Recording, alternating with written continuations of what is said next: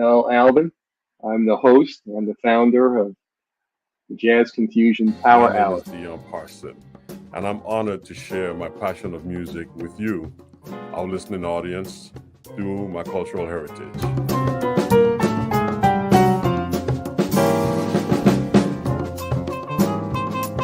Things can change for you too. If you want to be brand new, that is absolutely possible.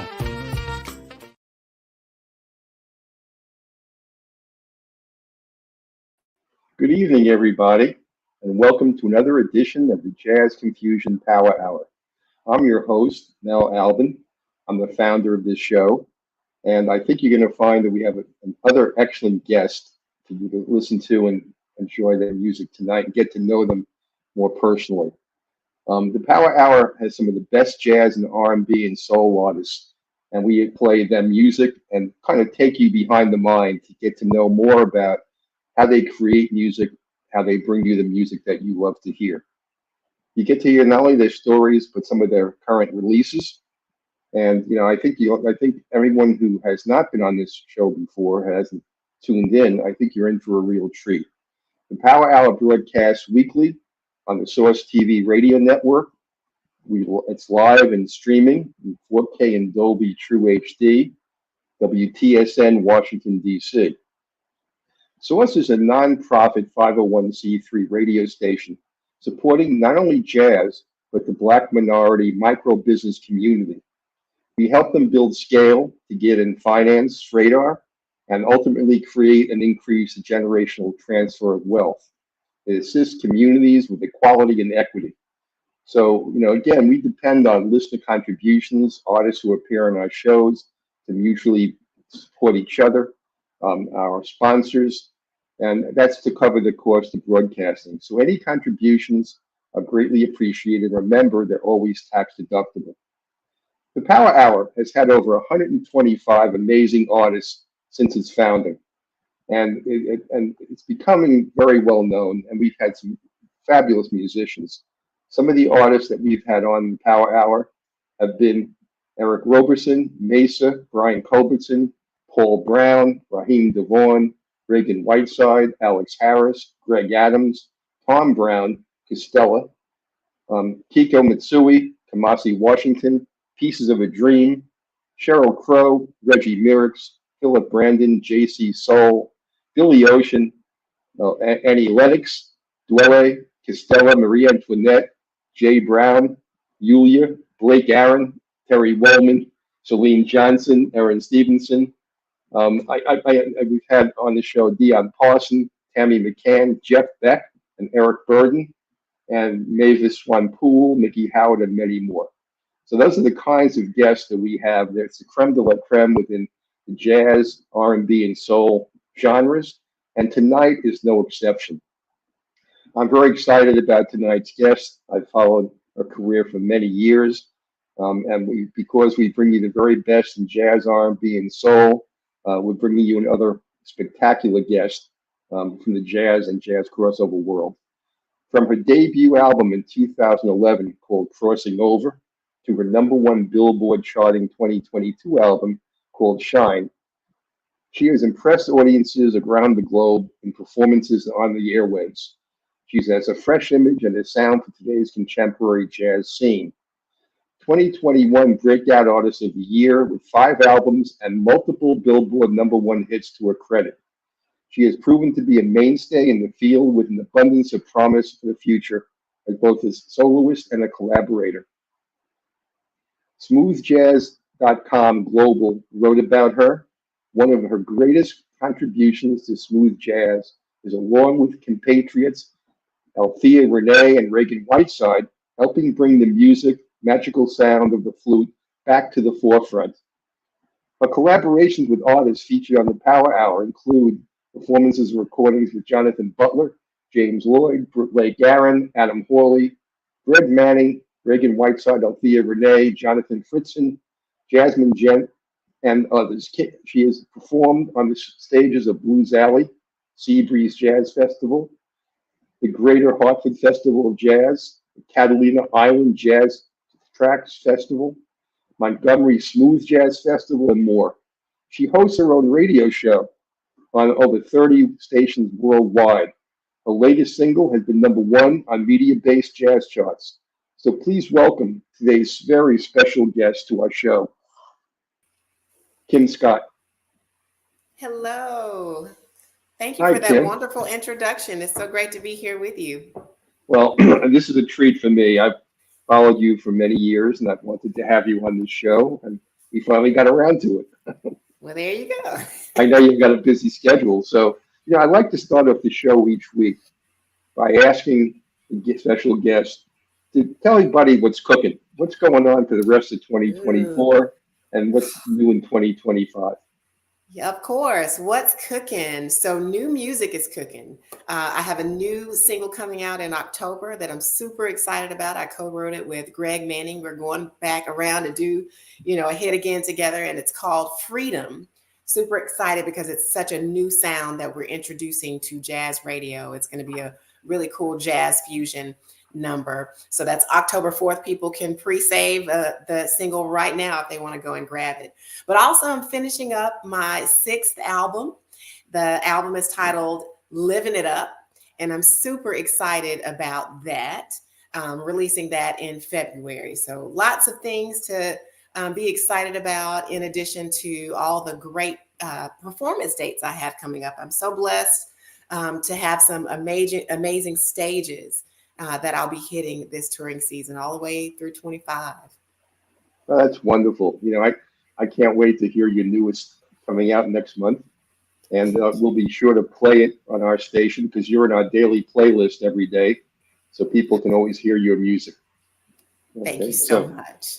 So, I know everyone's very interested in how an artist gets started. Where were you born? What was your household like? I know that you had a musical family. So why don't you tell everybody about your first experiences with music as a child? Sure. Yes, I grew up in a musical household. Music was always playing, whether it was jazz or R&B or funk music or even orchestral music. My mother is a retired music educator in the school systems here in Birmingham, Alabama. And all of her children had to have that exposure. So she would put on a record of the Boston Pops for us, to listen to, or we would listen to, Hubert Laws, we would pull out those albums. And it was just a very well-rounded experience musically and with the arts in general. So we all had to play something. I started out on piano and violin, actually. I think I was around 3 or 4. And by the 5th grade, students get to choose what instrument they are interested in for bands, the first opportunity to try out for the band. And I'd seen the tuba, too big. I'd seen all these other instruments, too awkward. I'd already played the violin, and I gravitated towards the flute. And ironically, I was one of the few that could make a sound on it.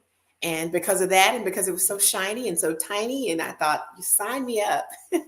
But interestingly enough, I became hugely obsessed with the instrument, trying to make the best sound, trying to learn the fingerings and the notes. And, it just really became something that's all I wanted to do. And I knew very, very early on that I wanted to be a flutist. I didn't know what that meant. I didn't know, how I'd be making money, because at the time you don't care. You're not worried about that. I just knew that I loved that instrument. It felt very natural for me, and I loved playing it. So, it's interesting because I've had a lot of artists on this show, and quite a number found their instrument of choice serendipitously. I had Jeff Bradshaw on, trombonist, and Jeff said, well, he went to the school band and he wanted to play guitar. It was already taken. Then he asked for the drums. It was already taken. Then he asked for the sax. It was taken. So he said, what do you have left? And they said, the trombone. So Jeff became a trombonist. I love when that happens. I always say nothing happens. Everything happens the way it's supposed to happen. Yeah. So that I choose to believe that trombone was waiting for Jeff, just like that Exactly. flute was waiting for me. Exactly. Yeah. So when they say it's a calling, the instrument's calling you. It really does that. And I think, when you spend some time investing in learning the instrument, you find that really is your voice. It's such a natural opportunity for me. Playing the flute is like singing. It's so natural for me, and I think that's because of that reason. That's wonderful. Did you continue in college with your musical career? Did you your music major? Oh yes. So literally, when I was exposed to the flute, that's all I wanted to do. My parents will tell you, even to this day, when I was at that age, I did not go outside and play with my friends because I would stay at home, and I took over the family bathroom. We only had one in the house, and that bathroom became my concert hall. And I didn't really know why at that time. I just knew it sounded good. But I had great lighting. I had a mirror. I could see Well, myself. I've heard people singing in the shower, but I've never heard anybody fluting in the shower. I was not in the shower, but definitely in front of the sink. That was my sanctuary. And I would do that. And even the friends in the neighborhood would say, we knew Kim wasn't coming out to play with everybody else because we'd hear her playing her flute.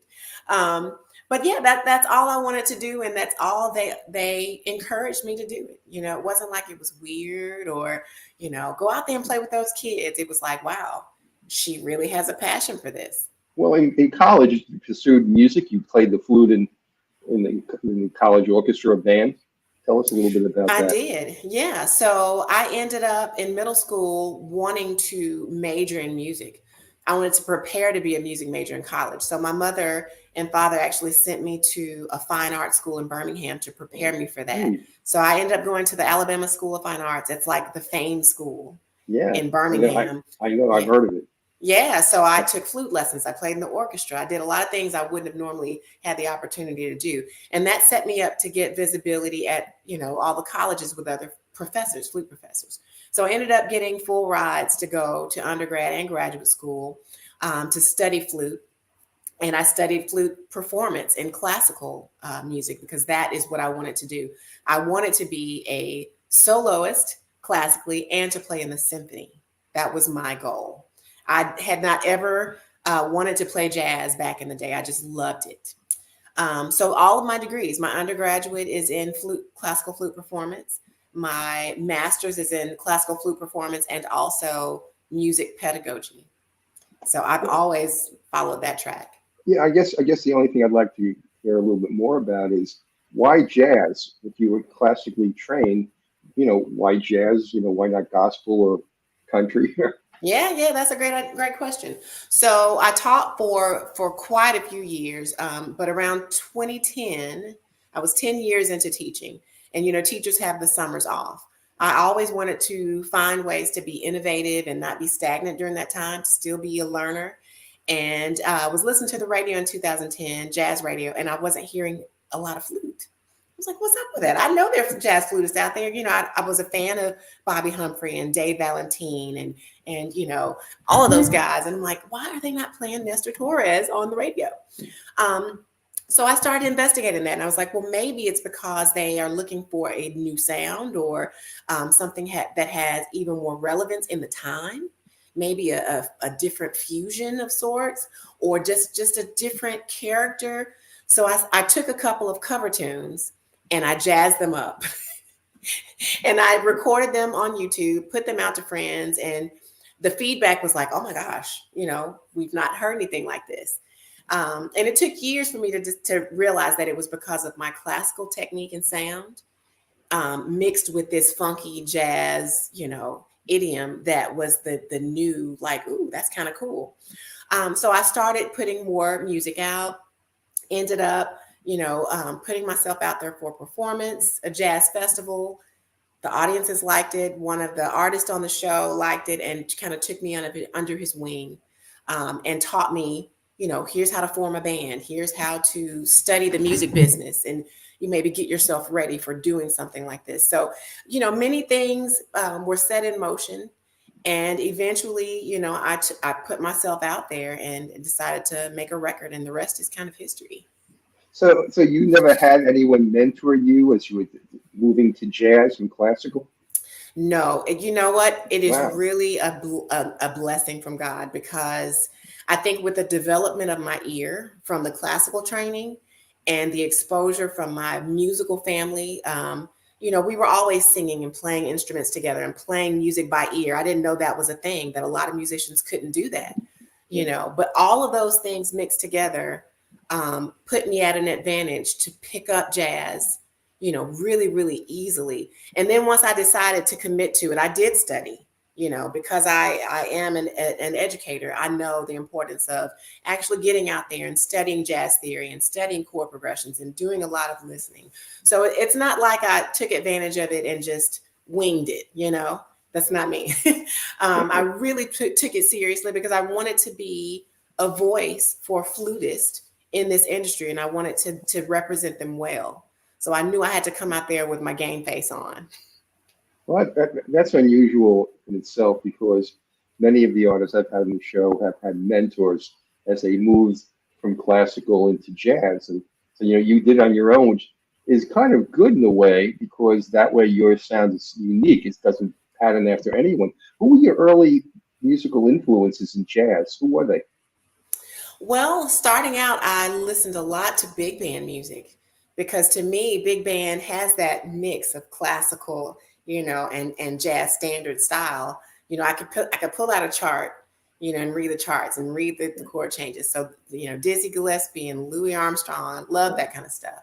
But I also love, George Duke, big fan of his innovation, big fan of Herbie Hancock. Because one thing that I love, you can probably hear that in some of my later albums, the 5th and the 4th album, but I love extended techniques and coming up with different sounds from the flute and different sounds that I can draw into the music. So I love being an innovator, and bringing in stuff like that.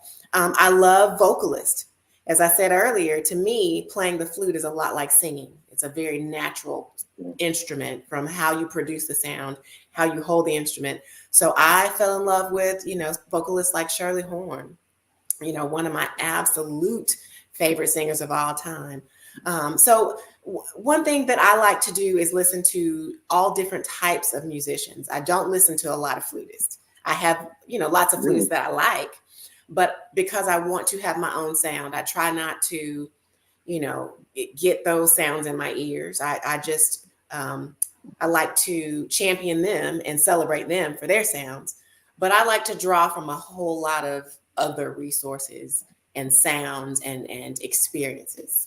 We're going to come back to this again, because we're going to talk a little bit later about some of the great classical flutists who started doing jazz in the 1970s and 1980s. I want to talk a little bit about that with you too. But right now, I'd like to play one of your songs for everybody so they can get a good feel for what we're talking about. So I want to play Back Together Again. So why don't you tell everybody a little bit about the backstory? This was a #2 hit. I understand this was a #2 hit for like a year. Is that right? Yeah. It ended up being Billboard's #2 most played song of the year. So yeah. That's very so exciting. Why don't you tell everybody a little bit about the background to this? Sure. Back Together Again was the first tune that I ever co-wrote with Greg Manning. I've had an idea to work with him for many years because he's just extremely talented as a writer and a producer and keyboardist. But we were all quarantining during the pandemic when this idea came to mind to do the album Shine. So I reached out to Greg and I told him, before we even had a concept, I said, I want to write a song that is going to be uplifting when we come out of the pandemic for people. I want it to be a song that celebrates us coming back together again after being, quarantined in our homes and away from our family and friends. So when we wrote it, it was in the spirit of that. And I think it really captured that energy and that and conveys the message really well. And ironically, right now, when I play a performance, a live show, it's the first song I play because I've brought everybody back together again. Wonderful. That's a great story. Well, let's hear it. Let's play Back Together Again by Kim Scott. Okay, and we can talk a little afterwards.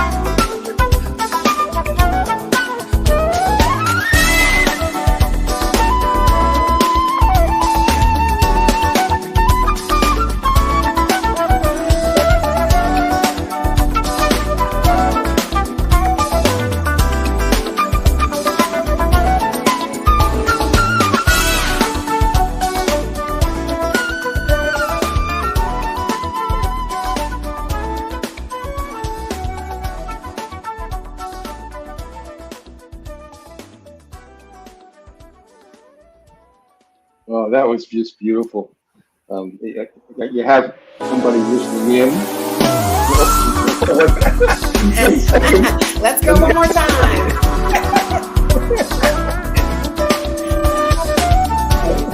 I apologize. I didn't have it reset. My mistake. That's all good. All right. Ellis White, who is also a jazz musician and a guitarist, he's listening in and he's saying hello and nice to see you on the show. Hello, And Ellis. there's another comment from a fan, Les Sanders. I've been a long time fan. Your flute playing is soothing and complimentary. Bravo, Kim. Thank you so much, Les. Thank you guys for tuning in. Yep. You already have fans already paying attention to the show tonight. Amazing. So let's continue our conversation a little bit further. Okay, so there's still a lot more for us to talk about. Mm-hmm. Let me just, here we go. I'm just getting my notes back together. Let's talk a little bit about the collaboration. And you mentioned already that you've done some collaboration, and we'll get into that a little deeper. But here's a thought question. If you could collaborate with anyone in the world from any century and anywhere, a songwriter, a musician, a vocalist, a lyricist, who would that be and why? Who would you really, if you had your bucket list, who would you want to collaborate with? You know, that changes as the seasons change. I'd say right now, because I'm a lover of piano, and some of my favorite musicians have been pianists, and because some of my favorite musicians are vocalists, I still have to say Shirley Horn, if I could bring her back. There was something really, really special about her as a musician. She just had an amazing touch. And a lot of musicians have a hard time finding the moments, if you know what I mean. Yes, I do. And she was one of those musicians that could just draw you in, and you're like hanging on, waiting for her to drop that moment, because it's just like, oh.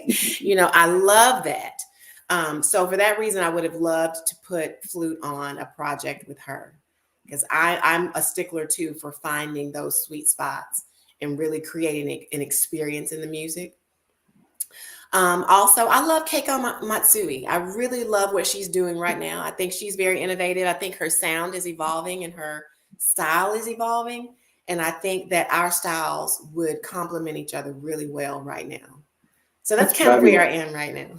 Yeah, Keiko's been on our show also, and she's just phenomenal. Another great musician. So I'm just curious, if you had to choose a vocalist to collaborate with from any period of time, who would that be? Other than Shirley Horn? Yeah, other than. Oh my goodness, another vocalist.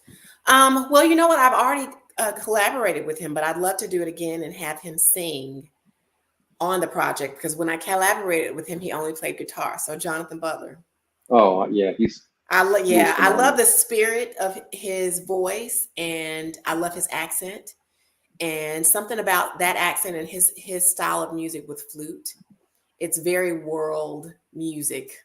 Like, I hear that in my head. So that would be great. I may have to call him back up again and go for a round two, recording. What came to my mind? Will Downing. Oh yeah, I like Will Downing. He's a good friend. That would I thought that would be a really interesting collaboration too. I'll have to think about that. Yeah. Well, you don't have to, but if you want to. Okay. You're not only a performing artist, Kim, but you're also a dedicated teacher. So can you share with anyone you're giving back, a little bit about your teaching? Because great artists always give back. Absolutely. Absolutely. To me, I think every artist should give back.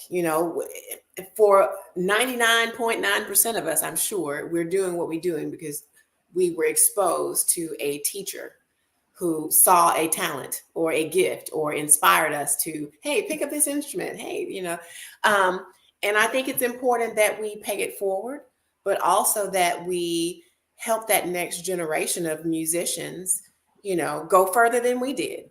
So I always tell my students that there's a saying, and it's not mine. I can't remember at this point. It's a little late. Who who said this? But the quote is, "It is a poor student that does not surpass their master."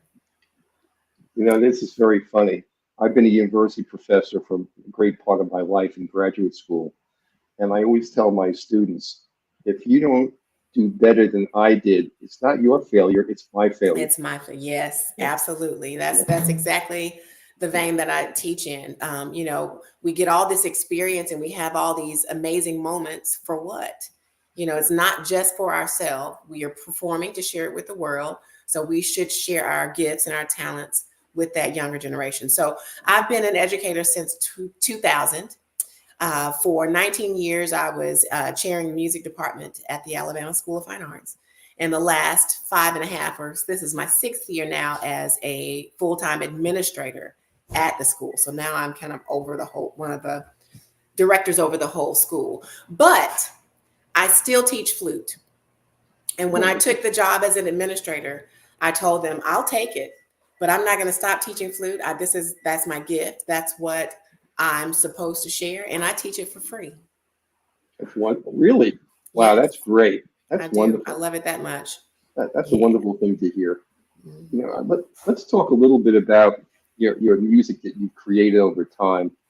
Okay, you have done 5 albums, 5 LPs, if I'm correct, right? Mm-hmm, right. And if you look back at your discography and all of the performances, what do you still want to do musically that you haven't done up till now?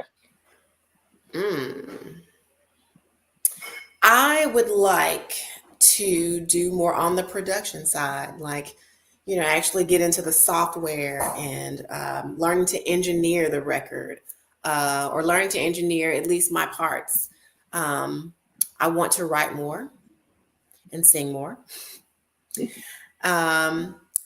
And I'd like to get into maybe some other genres. I mean, I think jazz is definitely jazz and classical are what I'm supposed to be doing. But, I've always been one to not put myself in a box, because I think every style in some way or shape or form influences another style. And I think the flute is one of those instruments that can cross different genres and still, be very inspirational, still be very effective, in the different genres. So that might be something that I explore. I mean, as I said earlier, this next single is it's jazz, but it's also world music fusion, so I really want to expose people to jazz. The reason that I do this also is because I'm trying to be more intentional about growing the jazz fan base, with younger generations. And I'm trying to show young people in their 20s and even younger, 20s, 30s and younger, that jazz is cool. Even the standards, like I can start them off with my stuff, but let me show you where it came from or what I was influenced by. And I think if they have that, all of that knowledge, then they will start to study and find that, oh yeah, jazz is cool. And I like jazz. I'm going to support jazz venues and jazz festivals and things. And I'm starting to see that my audience is getting younger as well. So I love that. It's interesting because in the UK, and I know you've toured the UK, a lot of young hip hop artists are moving to jazz. They're doing jazz hip hop, and there's quite a number of young artists who are doing it very creatively, very innovatively. Mm-hmm. And jazz really. Again, we're going to talk about this more in a few minutes. But jazz had an explosion into different genres in the 1970s, 1980s. Even into rock, you had Jethro Tull who introduced the flute to rock. Oh yeah.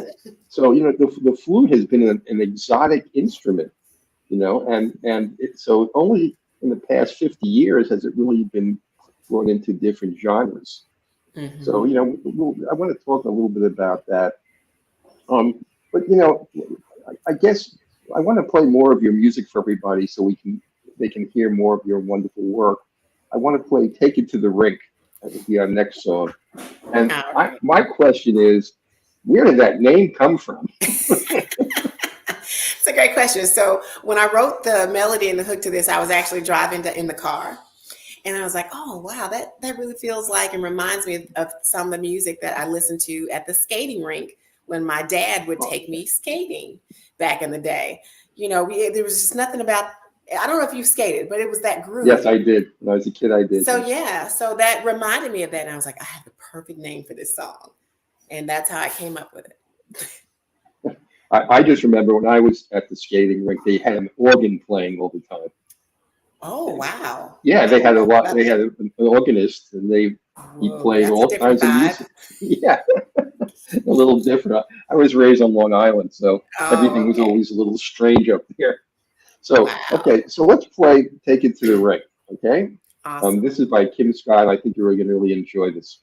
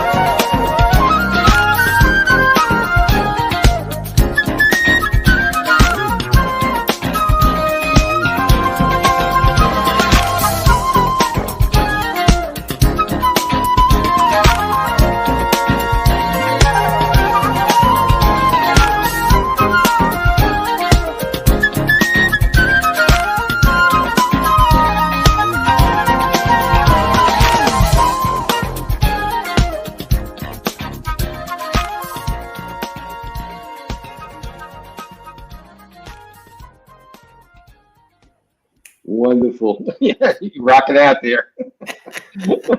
Yeah, another fan, Carlo Logano. Love the funky jazzy flute, and that bass. Wow, your flute gives smooth and needed edge. Oh, thank you so much, Carla. Glad you're feeling that. And here's another one just came in. Jessica Portofino. Love your work. I'm a big fan. And oh, I'm so grateful. Thank you. I'm glad you guys enjoy the music. Yeah, I guess everybody's really having a good time tonight. Yes, awesome. So let's talk about a little bit about your music, but I'm curious how you think back on, all the music you created. When you look back, which song or songs are you most proud of and why? Most proud of. Well, you know what, Mel? These are all like my babies. So Everybody has a favorite. I'm proud of. Oh man, let's see. Okay, so I'll say definitely Free to Be. I'm sorry, Emerge, because Emerge was my absolute first #1 Billboard hit. I wrote that with Jonathan Fritzen, and it was just, the title was appropriate for the sound of the song, the mood of the song. It was like my emergence into the jazz world. Even though I'd had 2 projects or 3 projects out before that, they did well. But it was something about Emerge that came out on Free to Be. So super excited about that one. I would also say Sweet Obsession. So I don't know if you guys have heard. Yeah. Sweet Obsession, because my drummer and I wrote that together. He actually approached me with the bass line and the hook. And he was like, I hear your flute on this. And when he gave it to me, I thought, well, yeah, I hear flute, but I hear lyrics and I want to sing it and I'm going to write it and I'll just get back to you. So I spent a day with what he gave me, and I came back with this whole song and I sent it to him and he was like, oh my gosh, I had no idea, you could sing like that. And we're going to, so we released Sweet Obsession, and that to this day is one of people's absolute favorite songs. So I'm excited about that. I'm sorry to interrupt. That's one of the things I wanted to mention to everybody. You have a wonderful voice, and I know it's hard to play the flute and sing at the same time. If you're a harmonica player like Bob Dylan, he can hang it around his neck, But right, for the flute, you don't have that option. But you have a wonderful voice, and it's you really need to, I think, just be able to sing more on some of your tracks, because you're so multi-dimensional, right? And that's a real plus. And I think your fans would like to hear your voice more often too. Thank you. Well, it's funny, I at this point now I sing live at all my live shows, and now I include a vocal or 2 on all of my albums. So that's wonderful. A good thing. Yeah. So I appreciate that's that. great. Thank you. Yeah. Okay. What I want to talk about again, because I know that your educational direction has given you some great insights into jazz and into flute. And I want to talk about the origins of flute within other musical genres besides classical. And it had a big breakout in the 70s and 80s. And you had in the 70s, for the first time, a famous classical jazz flutist, Jean-Pierre Rampal, doing a jazz album, and James Galway later, of course, another great flutist who did jazz, and Robert Dick. So, but aside from you as a female, who would you consider the greatest classical jazz female flutists of all times? Who would you put in that category along with those other greats? And boy, did you list some greats. And I know all of them, by the way. I'm in fact, funny story. I'm actually a descendant of the Rampal school. So my flute instructor was his protege. So I was taught the Rampal way. I've met and played for Rampal. I've met Galway. I know Robert Dick. We're colleagues. We see each other every year at the convention. So it's a small flute world. You know what? If I had to say right now, and this is not tooting my own horn, because anybody will tell you I am just probably one of the most humble people you'll meet. But right now, a female flutist that is playing both styles like that. Yeah, I would say I make it a point to show the flute in both veins. I mean, I can definitely name a classical female flutist that's doing classical extremely well and is killing it.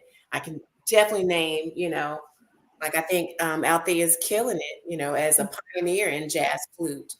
Um, but I've focused on straddling both and trying to be equally aware at being great at both.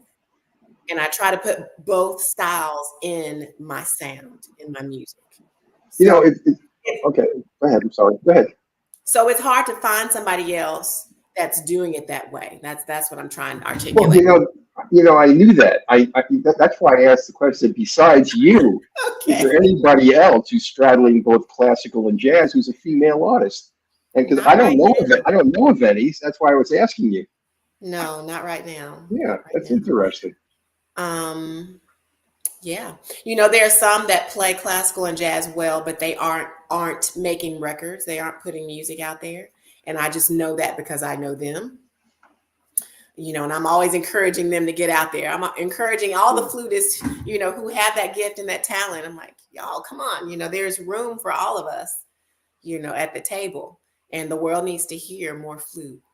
But yeah, hopefully, as I make this type of, or I use my platform to say things like this, that it will encourage other female musicians and female flutists to get on out here. I'm not territorial at all. I am for the flute, for women musicians, and for great work being put out in the universe. So, Do you have any female flutist proteges who are? I do, and I'm super proud of them. So I've been teaching flute now for 25 years, and now my students are professors in their own right. They're performing. I just had a flute student who just got off tour with Lizzo. She was one of the flutists on stage Oh, wow. on the world tour with Lizzo. So Carissa, shouts out to her, Carissa Lee. But yeah, I've got lots of young flute students, former flute students who are performers in major symphonies. They're flute professors. They're music educators in the schools. So I'm really, really proud of that legacy. But in jazz flute, any of those proteges? Not yet. I do have a lot of students that are starting to learn jazz with me now. Good. But they're still kind of young. They're still in high school and early college years. And, it takes some time to develop that ear and that technique. So, especially if it doesn't come naturally to you. So we'll see what happens. Yeah. How long do you think it takes for a person who decides they want to be a concert flutist and play jazz? How long do you think it takes for them really to develop that instrument? Hours upon hours upon hours. Because it's not just getting the flute out and executing what's on a page.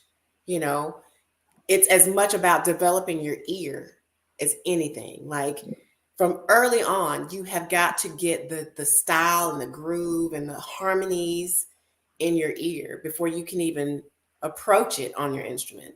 Singing the melodies and singing those licks and things and building your vocabulary of improvisation. And even with improvisation, that's a process. So when you think about it, you're building your tone, because I always tell my students, your tone is your ticket. Nobody else sounds like you. So develop that sound. So it's uniquely you. When people hear a record, and whether they can see an album cover or not, they should know it's you, because it's your signature sound. So between tone, developing technique, developing your ear, and strengthening your improv, it takes a lot of commitment. That's what I love about musicians. You have to be so disciplined and dedicated to grow in your craft. It's People have no idea. Yeah.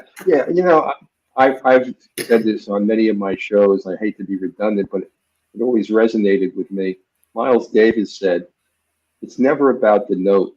It's about the signature, how you play that note, Absolutely. how loud, how long, the emphasis, the timing, The color." And he said that is uniquely you.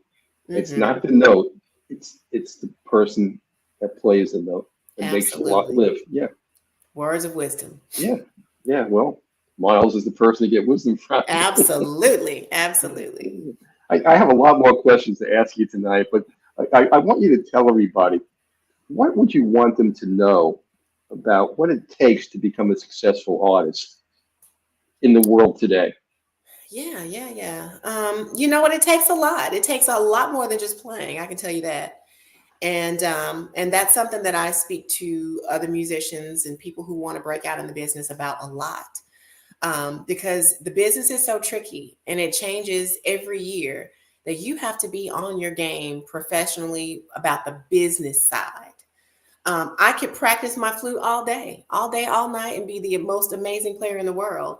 But if I don't know contracts, if I don't know about branding, if I don't know, there's so many, if I don't know how to secure the right PROs and submit all my music as a writer and as an artist, I won't get all the royalties, and you don't want to mess with your money. So, I always tell musicians and people who want to know about this, the most important thing to know is to learn the business side. Come up with your plan of what you want to do, what your goal is, and then, learn the steps to execute that are outside the playing realm, because that's what's going to set you apart. You can have an absolute fantastic album and nobody will hear it, or nobody will see it, or it won't get picked up for radio, or you won't get paid a dime, to recoup that money that you well invested, So I always tell people to get the Donald Passman book. That's the easiest thing in the world. Go online and get the book, All You Need to Know About the Music Business. Yeah. Because it breaks everything down. Every chapter is, here are those things that you need to know about if you want to break out into the industry.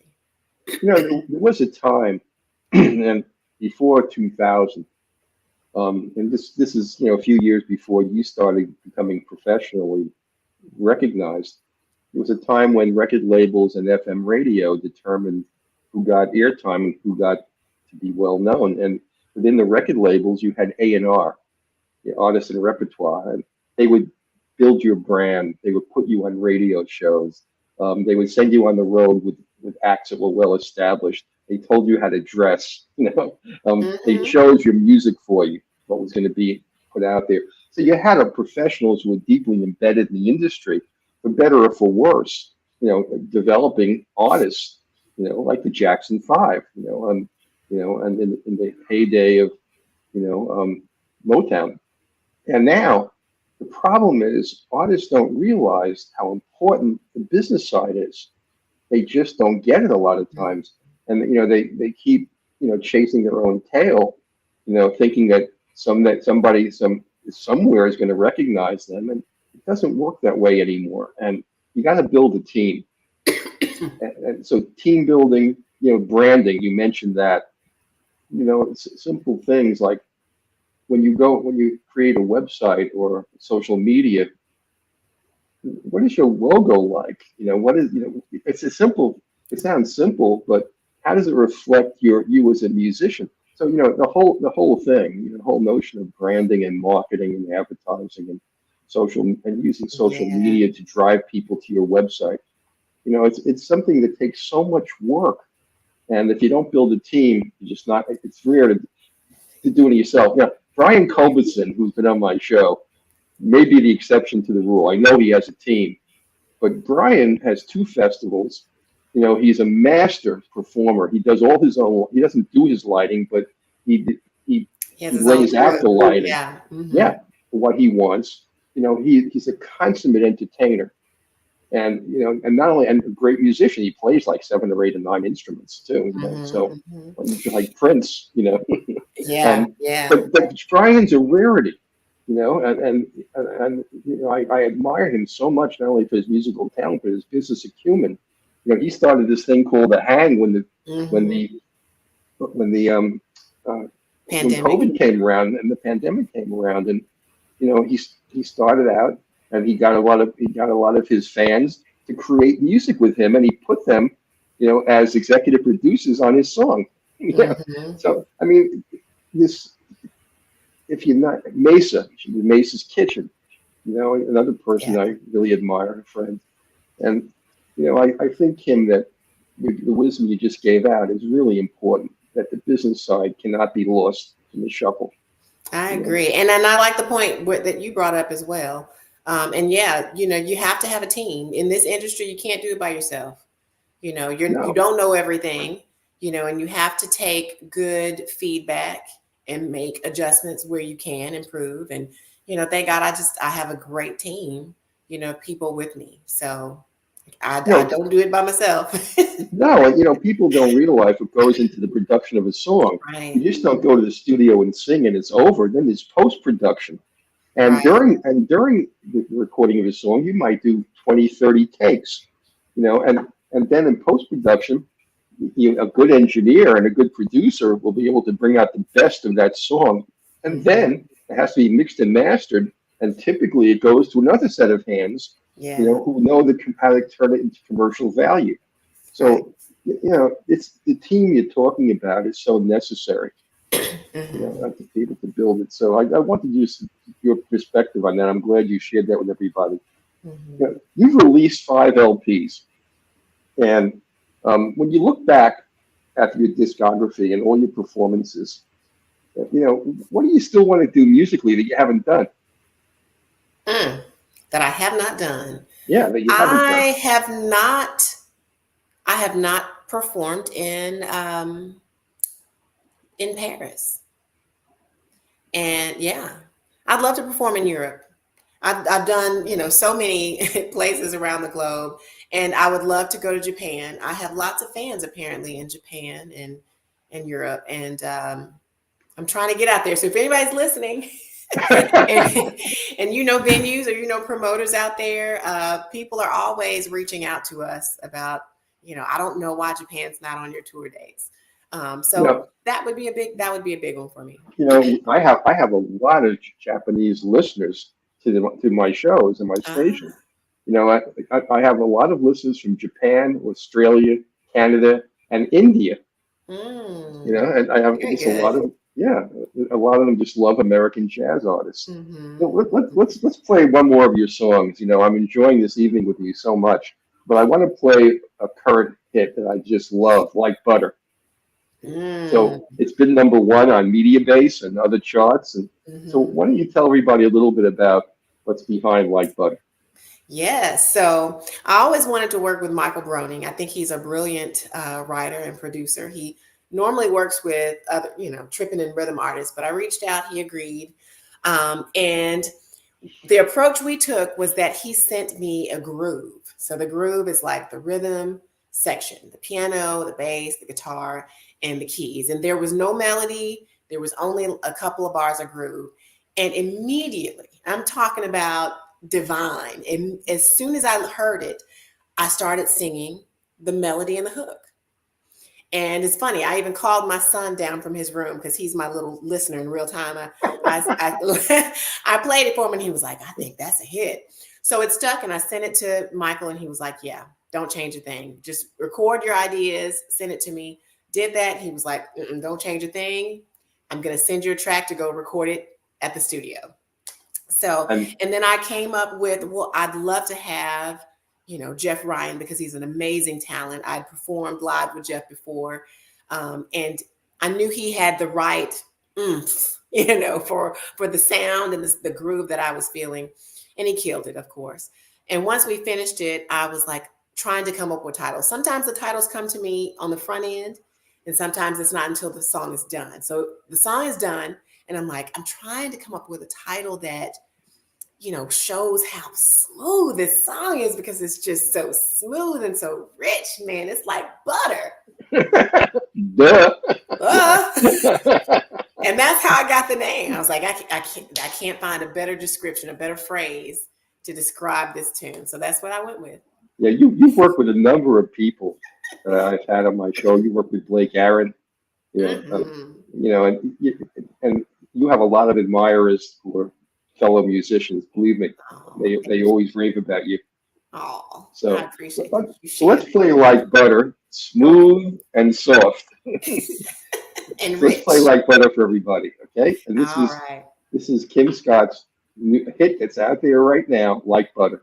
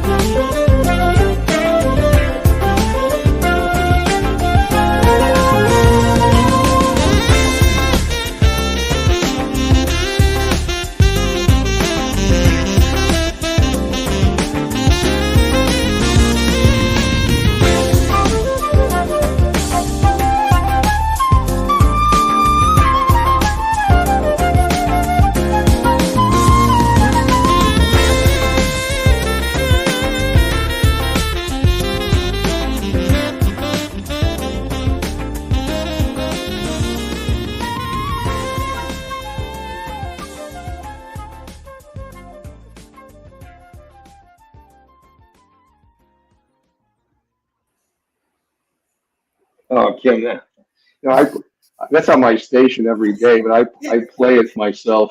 And here's another person, Raheem Sanchez, Smooth as Silk Girl. I have this on my playlist on my way to work, to and from. Oh, that's awesome. That's awesome. Thank you, Raheem. I'm so glad you enjoyed that number. And here's another one. Tully Carson. Funky and buttery, too. Thank you, Tully. And another one. Oh, Mitch thank Riddle. you. How beautiful. Thank you guys for tuning in as well. Yeah, you got a lot of people tuning in tonight listening to you. It's wonderful. Awesome. You know, I have a couple more questions. I'm curious about how you think about these things. If you could choose one thing that you know now that you wish you knew when you started your professional career, in hindsight, what would you tell yourself? Mm. Oh, let me think. Let me think. That's I think that's the hardest question of the night. All Um, right, take your yeah, time. I would say, ooh, oh my gosh, that's what would I say to myself then? Well, probably to stay open to possibilities. You know, when you're young, you almost have tunnel vision. I'm gonna do Yeah, this, I'm gonna do that, yeah, and that's it. And you know, I was really focused like that for a long time. But I think if I had not gotten to a place where I was open to whatever God has in store, then I would have missed out on a lot of opportunities. You know, had I said that, hey, I'm not going to go and try to play some jazz stuff on flute because that's not my thing. I didn't study jazz. I would have never been bold and brave enough to step out on faith and experience this. You know, so I always tell my students, you have to stay open. When possibilities and opportunities arise, think on it, pray on it. And if you feel there is an opportunity for you to progress by taking advantage of it, don't be afraid. A lot of times we don't see an example out there of what the vision we've received. I didn't see, I knew of Bobby Humphrey, but I didn't see Black female flutist on the exactly, stage playing jazz. exactly. I didn't see Black females. I didn't see Black people in the orchestra. Even, when I was saying I want to play in the orchestra, and I actually play with the symphony to this day now, but I didn't see Black people in the symphony when I went. But had I taken on to that, latched onto that, and not explored the possibility of, but I could be that person, then I'd have missed out. It's funny you mention this because I think, especially for young Black women, there's a trilogy out there. We've talked a little bit about.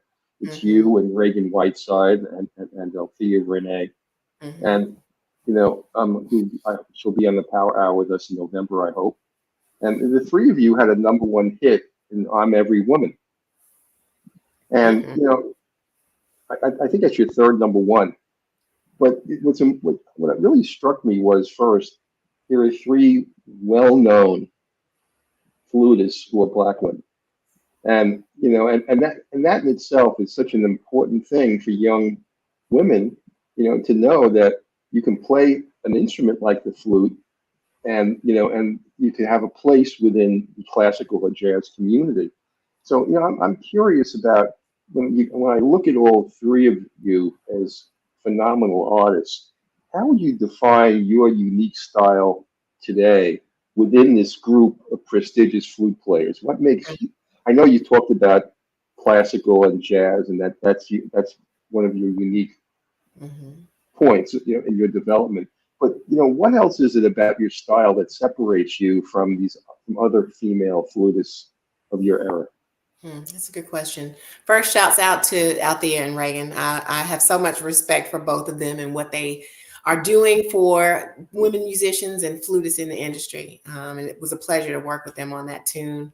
And I'm glad that they took my call and entertained my crazy idea because it got us number one. Um, but it's funny that you asked that question because that's the reason I chose those two for this record is because we are the three Black flute players, women in the industry, on the stages, people were trying to kind of pit us against each other and compare us. Yeah, We yeah. wanted to show that, oh my gosh, all three of us have such a different groove and style and sound. And all of them are amazing. So Althea's sound is a little raw, and she likes that old school groove, funky groove, and I just love it, love it, love it. And Reagan is more upbeat, real high energy, and mine is like in the middle. I like to find, like I said, I like to find those sweet spots. I like to write a hook that you can't get out of your head. I co-write a lot of my songs. I write a lot of my melodies and hooks. So I think that probably with that and the classical training and the richness of my tone and my approach, I think my approach sets me apart from the other two. Not to take away from the other two. No, I think they're amazing. We have enough divisiveness in our society today. Absolutely.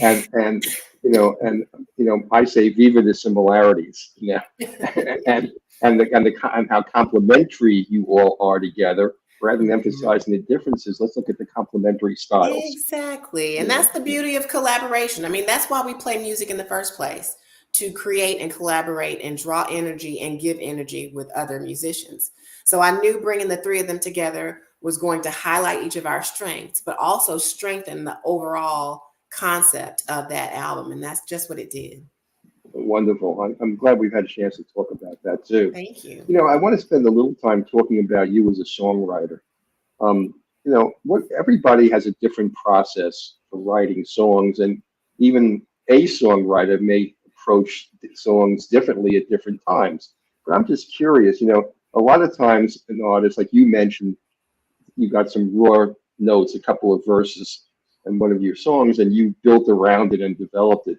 But if you're looking at doing a song end to end, how do you approach it from start to finish? That's a good question. But you know what? Honestly, there's never a one way to do it for me. I know some artists may say I start with the foundation or I start with the groove.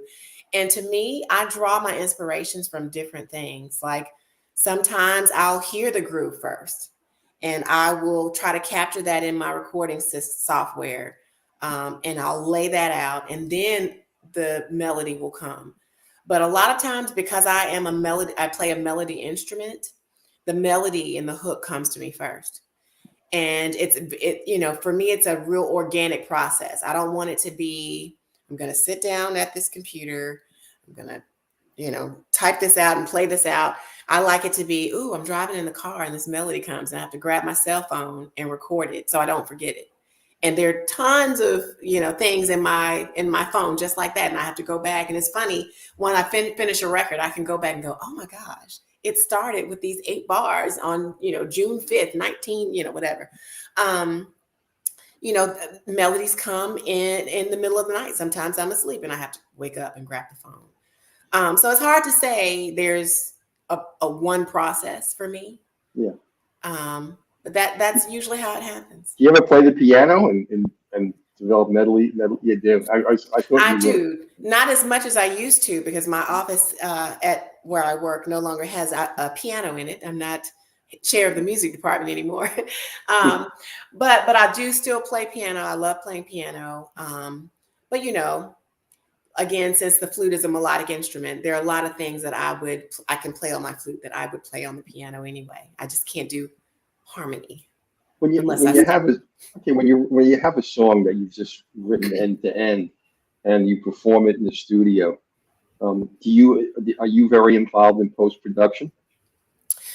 Not yet. As a listener, yes. I've been blessed to have a very fine-tuned ear, and I'm a stickler for sounds and balance and things like that. So I'm always present in the studio to go, ooh, let's add this, or let's do this, or let's tweak this, or let me go back in the booth and layer. I'm really, really invested in that kind of thing. I love that. And I'd like to do that more. And yeah, I'd love to learn the actual console so I can not only hear and envision, what I want. Manipulate it too. Yeah. One of the hardest things for an artist is when is it over? When does a fat lady sing? When do you let go of it? Bruce Springsteen is known to work on a song for 1 year. He just will not let go. Wow, I didn't know that. Yeah. I understand that. It's hard. Yeah, it's hard. Because he's very meticulous. I mentioned Brian Culbertson. He told me that one of the songs that he had finished, it had gone through post-production. It was almost ready for release, and he listened to it. He said, "Oh my God, I need a horn. Mhm. And he went back and added a horn line in, and Yeah. so, letting go is another hard thing. Do you have a problem doing that? I don't, and we kind of have a built-in mechanism to fight that, because I think every musician to a degree is a perfectionist, you Right. know. But I think if you tweak things too much, you lose the organic nature of it, and it sounds perfect. And I Right. think sometimes, and even Miles Davis used to say this sometimes you got to leave in a cracked note in a recording, That's right. because the mood and the energy around it was so perfect, the setting was so perfect. Why would you change it to make the note sound extremely perfect? So I've gotten to a point where, and my engineer has helped me with this, we only record one day. I don't do 30 takes. I might do 3, because I don't want to start second guessing what I'm doing and taking away from what's here. Does that make sense? Yeah. Yeah, it Like, does. if I keep trying to tweak it, then it's not as the most authentic that it could be. So I don't spend hours in the studio. When we decide what songs we're going to do, we chart out one day, the whole band goes in there, we cut all that stuff, and then I come back a second day and I cut all my parts, and we're done. Do you rehearse a lot before you go in the studio? Because I know some artists like to go in cold and just We play it. go in cold. Yeah. We go in Okay. cold. We study our individual parts, of course. Right. But the beauty of it for my band is when we come into the studio and we're cold, not cold, we're not cold, we're just ready. But when the engineer hits that button, the magic happens. We are so in sync with the sound, and I trust them. My band members have been with me since the beginning, so they know where I'm going to go before I say I'm going to go there. And sometimes they go a place and I can feel where they're going, hear where they're going, and I go there. And it's a very beautiful dance. And we've made so many records where we never played it all the way down, before we Cool. captured a moment. So that's a really special thing. Cool. Do you have an MD, or do you do the scoring and charting and arranging? I have an MD, and it depends on the record. So the MD changes, and sometimes the producer of a track changes. I love to have different synergies, on a project, but I'm very selective about who I bring together for a project so that I know those energies will match. Wonderful. That's really great. This has been just a wonderful evening, and I've learned so much more about you than I didn't Thank know, you. even though I've listened to your music and I researched you for this show tonight. Your presence, your joy of music comes through not just in your music, but who you are. I appreciate that. Thank you. But it's a gift. All right. So I want to play the last song of the evening. Okay. I know you've worked with a lot of great artists, including, I mentioned, Blake Aaron and Jonathan Butler and Reagan and Althea. And you even covered a Herbie Hancock song, Butterfly, on Shine. And why did you choose Butterfly? I'm just curious. It's one of the songs that What I mentioned earlier is that Herbie Hancock was a musician, or is a musician, that I've listened to since I was very young, and I gravitated to him because of his innovation of sound. And when I conceived how I would record that, I had all these ideas of layerings and all the harmonies and all the sounds. And if you go back and hear it, it's just so, I don't know, it's just a different take on a really eclectic standard. And I wanted to do it justice by being, an outside of the box musician on that number. So, and it's just an absolute beautiful cover. Yes, it is. You have such a great body of work, and I hope to have you back on again in the future so we can explore more of your music. And Butterfly is one of the songs I'd like to have everybody listen to later on. But I want to talk a little bit more about Shine. You co-wrote 8 songs on that album. Is that correct? Mm-hmm, mm-hmm. Yeah, and so where did you get the name Shine? And is there a theme to this album? And do you try to produce themes on your previous albums? How do you approach an album? Yeah, I don't try to come up with a theme or anything. I just like to see the direction that the songs are going. what message I'm trying to convey in the process of writing that album. And every time it's different. Sometimes that comes to me one song in, sometimes that comes to me 5 or 6 songs in. The album Shine came when I was writing the title track Shine with Adam Hawley. And again, that was another number that we were writing during the pandemic. And I remember sitting in my living room, sitting by the window, coming up with the melodies and the verses and the hook.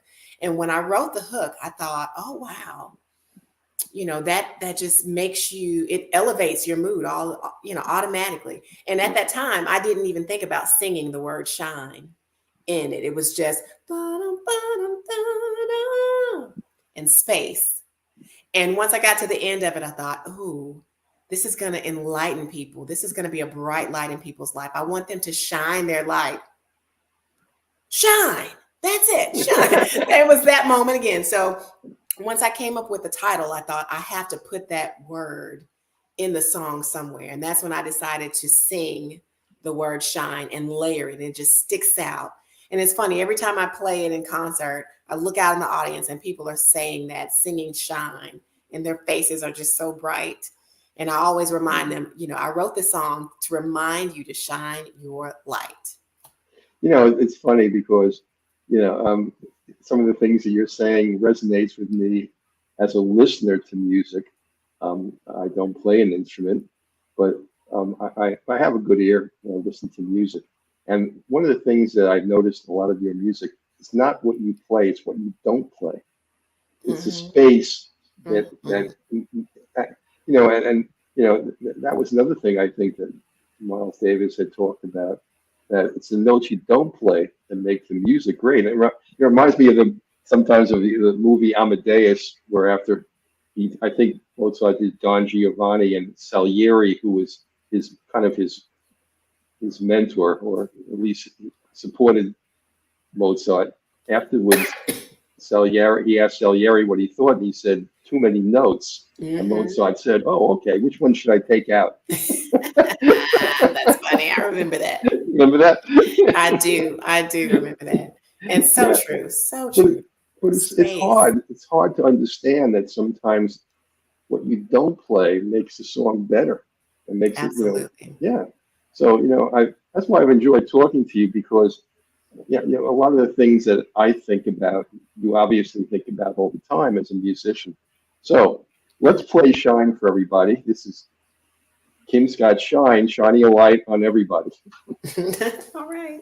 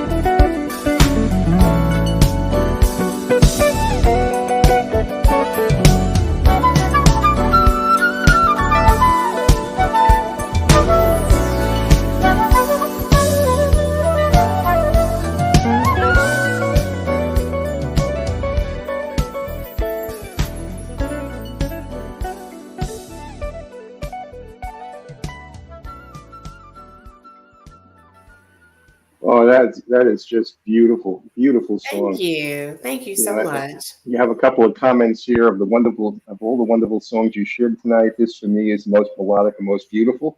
Oh, That's thank you, Cole Cole. Younger. And then Thank we have you. another comment from Sarah Michaels, just beautiful. And who's on guitar? Love it this Yes. evening. Thank you.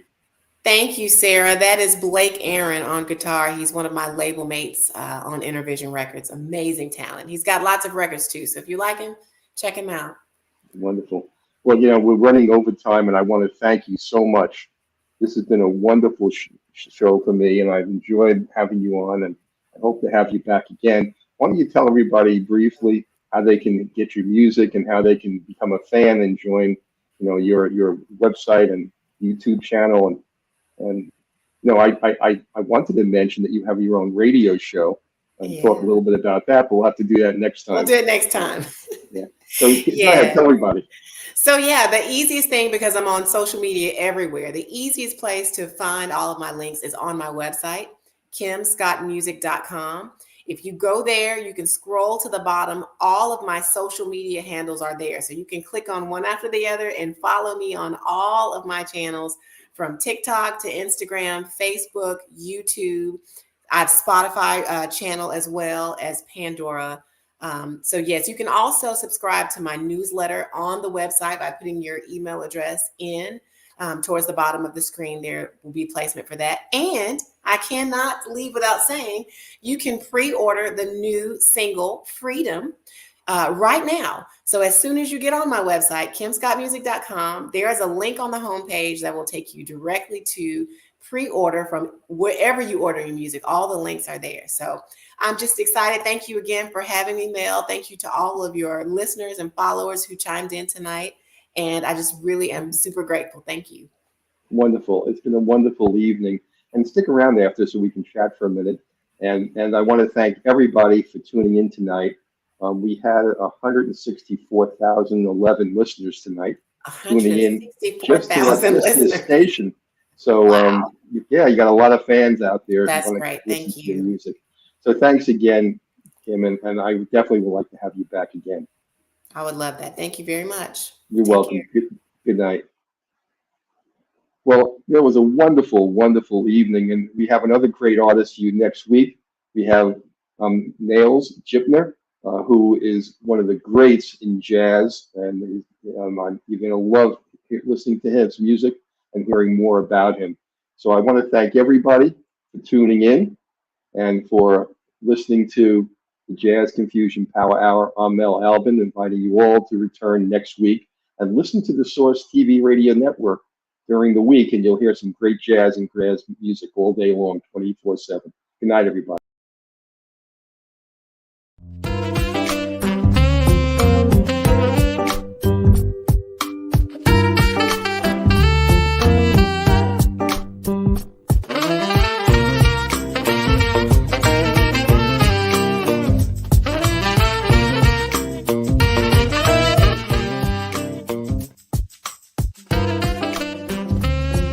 I'm Mel Albin.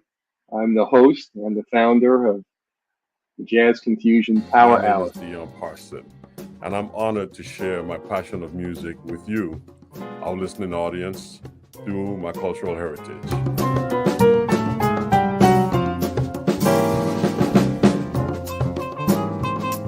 Things can change for you too. If you want to be brand new, that is absolutely possible.